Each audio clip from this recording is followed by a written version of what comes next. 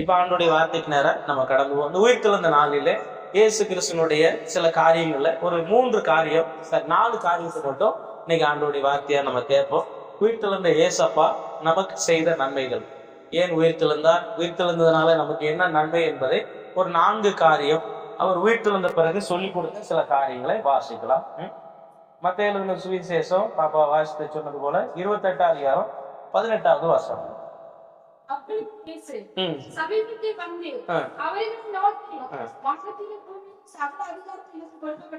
வானத்திலும் பூமியிலும் சகல அதிகாரம். இயேசு கிறிஸ்து உயிர்த்தெழுந்த பிறகு மனுஷனுக்கு கிடைச்ச ஒரு ஆசீர்வாதங்கள்ல ஒரு ஆசீர்வாதம், என்ன ஆசீர்வாதம்? நிறைய உயிர்த்தெழுந்த பிறகு நிறைய பாயிண்ட் இருக்கு.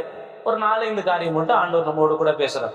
முதலாவது, இயேசு கிறிஸ்து உயிர்த்தெழுந்ததுனாலே மனுஷர்களாகி அவருடைய பிள்ளைகளாக இருக்கிற நமக்கு கிடைக்கிற ஒரு ஆசீர்வாதம் என்னன்னா அதிகாரம் கொடுத்தார். சொல்லுங்க, என்ன கொடுத்தாரா? ஒரு அலையிலேயே சொல்லுவோமா? என்ன கொடுத்தாரு?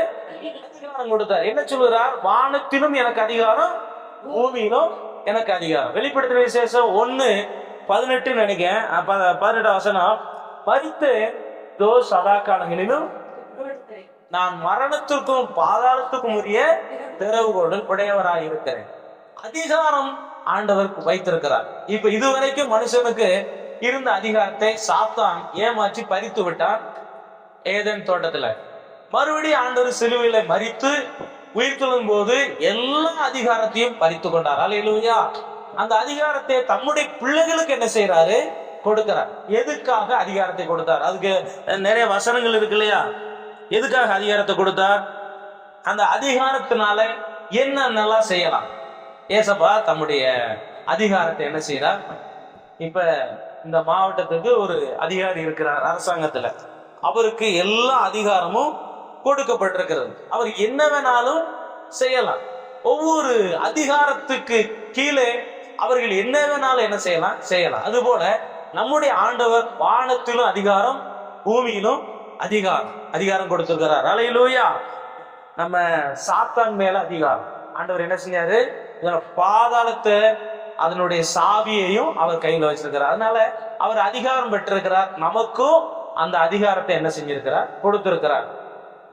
சாத்தான் மேல அதிகாரம், வியாதி மேல அதிகாரம், கடன் மேல அதிகாரம், இயற்கை மேல அதிகாரத்தை வேதத்தில் அநேக ஆண்டுடைய பிள்ளைகள் பெற்றிருக்கிறாங்க. நமக்கும் அந்த அதிகாரம் உண்டு. அல்லேலூயா. சூரியனே நீ ஆயுளோன் மேலும், சந்திரனே சூரியனே நீ கிபியோன் மேலும், சந்திரனே நீ ஆயுளோன் மேலும் தரித்து நில்லுங்கள் அப்படின்னு ஒரு ஊழியக்காரர் சொல்லுகிறார். ஆண்டவர் அதை கேட்டு அப்படி என்ன செய்யறாரு? அதுக்கு பேர் என்னது? அதிகாரம். சொல்லுங்க, அது என்னது? அதிகாரம். அல்லேலூயா. கிரியை நடப்பிப்பது வல்லமை, சொல்வது அதிகாரம். அப்படி நின்றுச்சு. அப்படி அதிகாரம் கொடுத்தார். சீசர்கள் இந்த கடன் அப்படிங்கிறதுல இந்த எலிசா எலியா 2 பேருமே கடன் அடைப்பதற்கு ஒண்ணு கிடையாது. இப்ப ஊழியக்காரங்க வர்றாங்க, ஐயா கடன் பிரச்சனை இருக்கு. பாருங்க, ஊழியக்காரங்களுக்கு ஆண்டவர் கொடுத்த கிருபை என்ன தெரியுமா? ஏழைகளை பணக்காரனாக மாற்றக்கூடிய வல்லமை, பிச்சைக்காரங்களையும் கோடீஸ்வரனா மாற்றக்கூடிய வல்லமை ஊழியர்களுக்கு உண்டு. யார் மூலம்? தேவன் மூலம். ஒரு தேவனால எல்லாம் முடியும். ஆமென். அல்லேலூயா. அதே தம்முடைய ஊழியர்களுக்கு மூலமா செய்யறார். கடன் பிரச்சனையோட எலியா காலத்துல ஒரு சகோதரி, கடன் பிரச்சனையோட எலிசா காலத்துல ஒரு சகோதரி, 2 பேர் கடன் பிரச்சனையும் ஊழியக்காரன்ட்ட பைசா கிடையாது. ஆனா அவங்க தங்களுடைய ஆண்டவர் கொடுத்த அந்த அதிகாரத்தை பயன்படுத்தி கடன் என்ன செய்யாங்க? அடைக்க வச்சாங்க. எலியா என்ன செஞ்சாரு? அந்த அம்மா சாப்பிட்டு சாக போகுது, சோம் பண்ணாரு, அற்புதம் நடந்தது. அவங்க சாகாம அந்த மழை பெய்து பஞ்செல்லாம் தீர்ற வரைக்கும் என்ன செஞ்சாங்க? ஆசீர்வாதமா இருந்தாங்க. எலிசா காலத்துல ஒரு அம்மா சொல்றாங்க, எங்க வீட்டுக்காரர் உங்களை பத்தி எங்க வீட்டுக்கார பத்தி உங்களுக்கு தெரியுங்களே, கடன் பிரச்சனையோட இறந்து போயிட்டாரு. என்ன செய்ய? நான் பிள்ளைகளை வச்சுக்கிட்டு இருக்கேன், அவங்க கடன் கொடுத்தவன் அடிமைப்படுத்த நினைக்கிறானே. எலிசா உன் வீட்டுல என்ன இருக்குன்னாரு? ஒண்ணுமே இல்லை, கொஞ்சம் என்னதான் இருக்கு, கொண்டு வாங்க. ஜெபம் பண்ணாரு. இவர் ஜெபம் பண்ண கூட செய்யல. நீ போ, என்ன செய்ய? இவருடைய வார்த்தையை கேட்டு போய் அந்த அம்மா எண்ணெய் ஊத்துது, வீடுக்குள்ள அத்தனை பாத்திரங்கள் நிறைஞ்சிருச்சு. ஏன்னா அன்னைக்கு எண்ணெய் விலை உயர்ந்தது, எண்ணெய் ரொம்ப கராக்கியா இருக்கும். ஆண்டவர் என்ன செஞ்சாரு? அற்புதம் செய்தார். ஒன்றும் இல்லை, அதுதான் அதிகாரம். அது பேர் என்னவரு? அதிகாரம். அல்லேலூயா. வியாதியின் மேல அதிகாரம். எதன் மேல அதிகாரம்? எலிசா தீர்க்கதரிசி காலத்துல அந்த 2 ராஜாக்கள் 5ஆம் அதிகாரத்துல சீரியா நாட்டு ராஜா குஷ்டரோகியா இருக்கான். வியாதியின் மேல அதிகாரம் என்ன செய்யறாரு? கொடுக்கிறார். அந்த ராஜா அந்த தளபதி என்ன செய்ய முடியல, அவனுக்கு எத்தனையோ மருந்து பார்த்திருப்பான். எலிசா ஒரே வார்த்தை, எலிசா தொட்டு சோமாக்கல. அங்க போய் என்ன செய், யோர்தான்ல 7 தடவை முங்கினாரு, முங்கி சோம் அடைஞ்சிட்டான். புதிய ஏற்பாட்டுல இயேசு கிறிஸ்து நிறைய வியாதிகளை சுகமாக்கினார். சீசர்களும் நிறைய வியாதிகளை என்ன செஞ்சாங்க? சுகமாக்கினாங்க. நம்மளும் அந்த அதிகாரத்தை கர்த்தர் கொடுத்திருக்கிறார். அல்லேலூயா. அதை நாம் தேவனுக்காக என்ன செய்ய வேண்டும்? பயன்படுத்தணும். நீங்க பயன்படுங்க. உங்க மூலியமா ஆண்டவர் மகிமைப்படட்டும். உங்கள் மூலம் ஆத்துமாதாயம் நடக்கட்டும். நானும் சந்தோஷப்படுகிறேன், நம்ம படைச்ச தெய்வம் சந்தோஷப்படுவார். அல்லேலூயா. அதிகாரங்களை அந்த வானத்திலும் பூமியிலும் வாங்கப்பா, பக்கத்துல வாங்கன்னு சொல்லி கூப்பிட்டு, எனக்கு எல்லாவற்றையும் மேல என்ன இருக்கு? அதிகாரம் இருக்கு. நீங்க என்ன செய்யாதீங்க, கவலைப்படாதீங்க. 2வது பாருங்க, வல்லமை அவருக்கு என்ன இருந்துச்சு? உயிர்த்தெழுந்த பிறகு தம்முடைய வல்லமையை அவர்களுக்கு என்ன செய்யாரு? கொடுத்தார். உயிர்த்தெழுந்த பிறகு வல்லமை கொடுத்தார். முதல்ல அதிகாரத்தை கொடுத்தாரு, 2வது வல்லமையை கொடுத்தார். லூக்கா 9:1 பூமியில உயிரோடு இருக்கும் போதே அவர் சில அதிகாரமும் வல்லமையும் கொடுத்தார் அப்படின்றது. சகல வியாதியும் மேல, பிசாசு மேல, அதன் மேல, இதன் மேல அவர் என்ன செய்வார்? அதிகாரமும் வல்லமையும் கொடுத்தார். லூக்கா 10:19 பாத்தீங்கன்னா, சர்ப்பங்களையும் தேள்களை மிதிக்கவும் சத்துருடைய சகல வல்லமையை மேற்கொள்ளவும் உங்களுக்கு அதிகாரம் கொடுக்கிறேன். அதிகாரம் வருது, வல்லமை வருது. அல்லேலூயா. முதலாவது அதிகாரத்துல என்ன சொல்ல? சர்ப்பங்களை மிதிக்கவும் சர்ப்பங்களையும் மிதிக்கவும் சத்துருடைய சகல வல்லமையை மேற்கொள்ள உங்களுக்கு என்ன கொடுக்கிறேன்? பாருங்க, நம்ம சாதாரண மனுஷன் ஜெபம் பிசாசு பயந்துட்டு ஓடுறான். அது காரணம் சர்வ வல்ல தேவனுடைய அதிகாரம். அல்லேலூயா. அதுக்கப்புறமா அது என்னது? வல்லமை. அதிகாரம் இருக்கு, அடுத்து என்ன இருக்கு? வல்லமை இருக்கு. சீசர்களுக்கு வல்லமையை கொடுத்தார். எதற்காக வல்லமையை கொடுத்தார்னா, அதாவது நம்ம இங்க இருந்து பரவும் போய் சேர்ற வரைக்கும் நமக்கு என்ன உண்டு? போராட்டம் உண்டு. என்ன ஒண்ணு சொல்லுங்க? போராட்டம் உண்டு. தாண்டணும், இறங்கி போகணும், பல விதத்துல. மேடுல தாண்டணும், பள்ளத்துல என்ன செய்யணும்? இறங்கி போகணும். எதிரிகள் வருவாங்க, அவங்கள என்ன செய்யணும்? ஜெயிக்கணும். நமக்கு எதிரி மனுஷன் இல்ல, பிசாசு. யாரு எதிரி? பிசாசு. அப்போ நமக்கு ஆயுதங்களும் வேணும், பலனும் வேணும். இது இருந்துச்சுன்னா தான் அந்த ஓட்டத்தை வெற்றிகரமா என்ன செய்ய முடியும்? ஓடி. அப்போ நமக்கு அதிகாரம் வேணும், வல்லமை வேணும். அல்லேலூயா. இந்த வல்லமையினால நம்ம என்ன செய்வோம்? நிரப்பப்படும். ஏசப்பா பூமியில் இருக்கும் போதே சொன்னாரு, உயிர்த்தெழுந்த பிறகு அதை என்ன செஞ்சார்? அதை நிறைவேற்றி தம்முடைய பிள்ளைகளுக்கு, நீங்க போய் எருசலேமில காத்துருங்க, உன்னதத்திலிருந்து வரும் பலனால் தரிப்பிக்கப்படும் மட்டும் எருசலேமில் என்ன செய்யுங்க? காத்திருக்கிறார். அந்த வல்லமை வந்துச்சு, அதை பெற்றுக்கொண்டாங்க. என்ன செஞ்சாங்க? அற்புதம் நடந்தது. அல்லேலூயா. அப்போ ஏசப்பா போன பிறகு தம்முடைய சீசர்கள், அப்போஸ்தலன் யோவான், பேதுரு 2 பேரும் ஒரு பிறந்ததுல இருந்து சப்பானியை கடந்த ஒருத்தனுக்கு என்ன செஞ்சாங்க? அது பைபிள் சொல்லுது, அவருக்கு அவங்க காலுகளும் கரடுகளும் பலன் கொண்டது.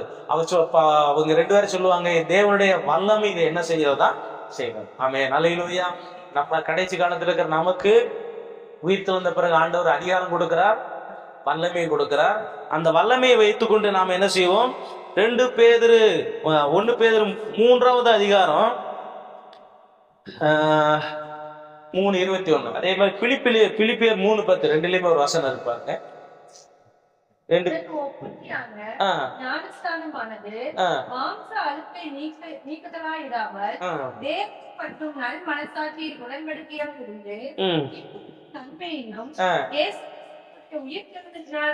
உயிர்த்தெழுதலினால என்ன செய்யுது? அந்த வல்லமை நம்மளை ரட்சிக்கிறது. அந்த உயிர்த்தெழுந்ததுனால அது என்ன செய்யுது? நம்மை ரட்சிக்கிறது. பிலிப்பியர் 3:10 பவுல் சொல்கிறாரு, அவரையும் உயிர்த்தெழுதலின் வல்லமை. ஆமென். அந்த உயிர்த்தெழுதல் வல்லமை தான் முக்கியம். நமக்கு என்ன முக்கியம்? உயிர்த்தெழுதலின் வல்லமை. அந்த உயிர்த்தெழுதலின் வல்லமை பேதுரு சொல்கிறார், ரட்சிக்கிறதா. என்ன செய்கிறது? ரட்சிக்கிறது. அல்லேலூயா. நமக்கு அதிகாரம் வேணும், 2வது என்ன வேணும்? வல்லமை. இந்த வல்லமையில் என்ன வல்லமை கேட்கணும்னா, உயிர்த்தெழுந்த வல்லமை கேட்கணும். என்ன வல்லமை சொல்லுங்க? உயிர்த்தெழுந்த வல்லமை. எதுக்காக சொல்றேன்னா, ஆண்டவர் நம்ம உயிரோடு ஆண்டவர் எழுப்பும் போது மரணம், பாதாளம், நரகம், சாத்தம், உலகத்தை எல்லாவற்றையும் என்ன செஞ்சாரா? ஜெயித்தவராக என்ன செஞ்சார்? அதான் சொல்ல, நான் இதோ உலகத்தை என்ன செய்தேன்? ஜெயித்தேன். அப்போ ஜெயிக்கும் போது அதெல்லாம் நமக்கு அடிமையா வருகிறது. அந்த வல்லமையை நம்ம என்ன செய்யணும்? ஆண்டுகிட்ட பவுலே சொல்கிறார், நான் உயிர்த்தெழுந்த வல்லமையை எனக்கு வேணுங்கிறார்.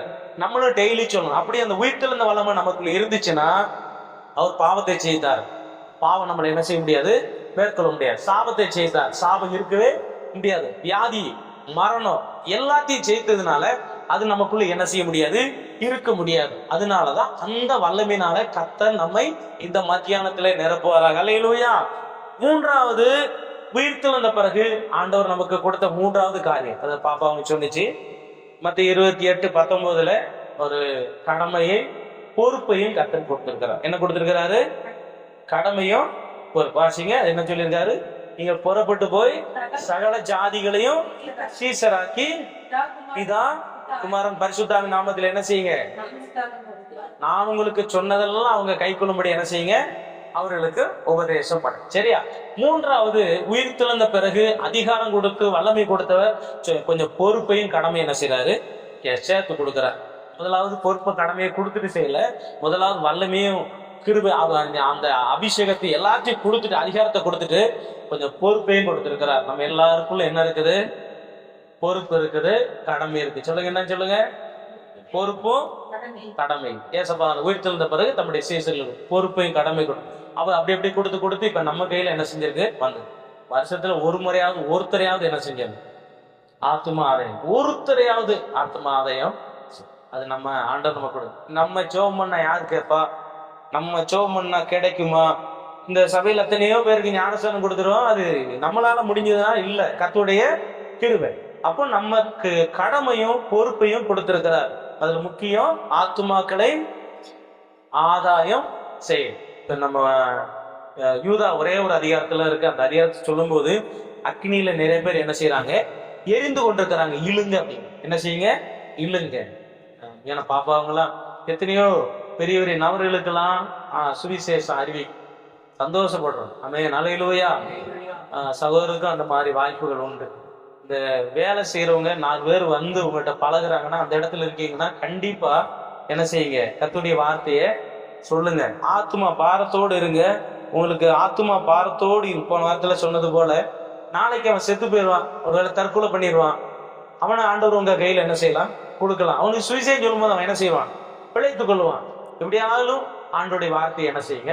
அப்போ அதிகாரம் கொடுக்கிறாரு, வல்லமை கொடுக்கிறாரு, பொறுப்புகளையும் கடமைகளையும் கொடுத்திருக்கிறார். அப்போ சில 4:33 4:2 4:33 வாசிங்க. 4வது அதிகாரம் அப்போ சில 4வது அதிகாரம் 2வது வசனம்.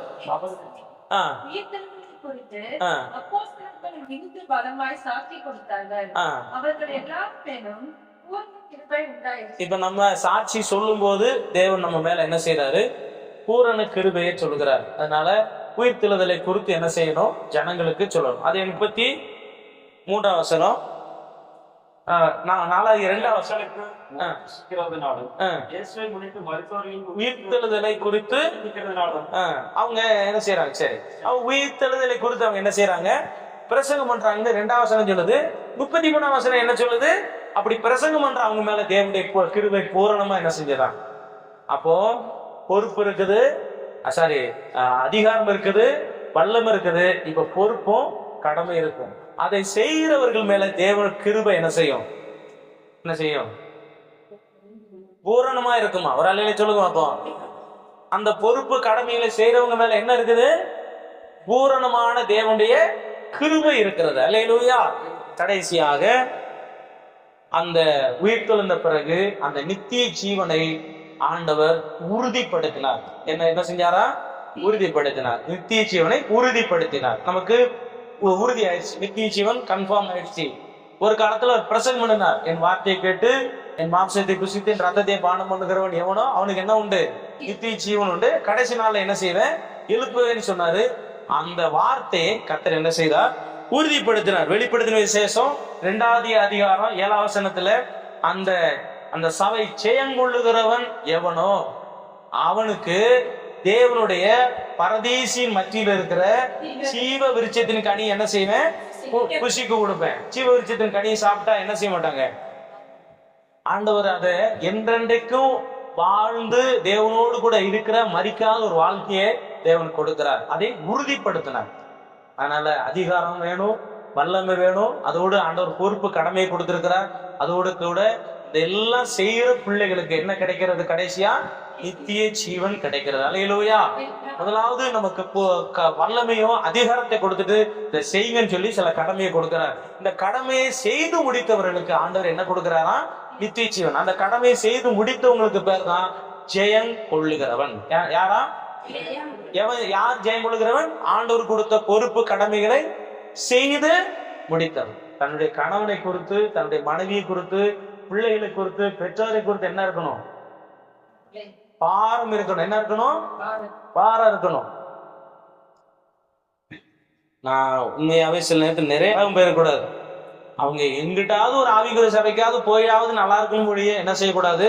நரம்பு போயிடக்கூடாது. என் பிள்ளைகளை குறித்து அழுகிறேன், உங்களை குறித்து நான் காடுகளுக்கு அந்த சைடு போகும்போதெல்லாம் ஒண்ணு கத்திரி வார்த்தை கேட்பேன், இல்லைன்னா சோமடிட்டு அழுதுட்டே போவோம். எப்படியாவது இந்த பொறுப்பு கடமைகளை செய்தவர்களுக்கு கடைசியா ஆண்டவர் கொடுக்கிற பரிசு நித்திய. இந்த 4 காரியத்துக்கு நம்ம சோமணும். ஆண்டவர் எனக்கு வல்லமை வேணும், அதிகாரம் வேணும்.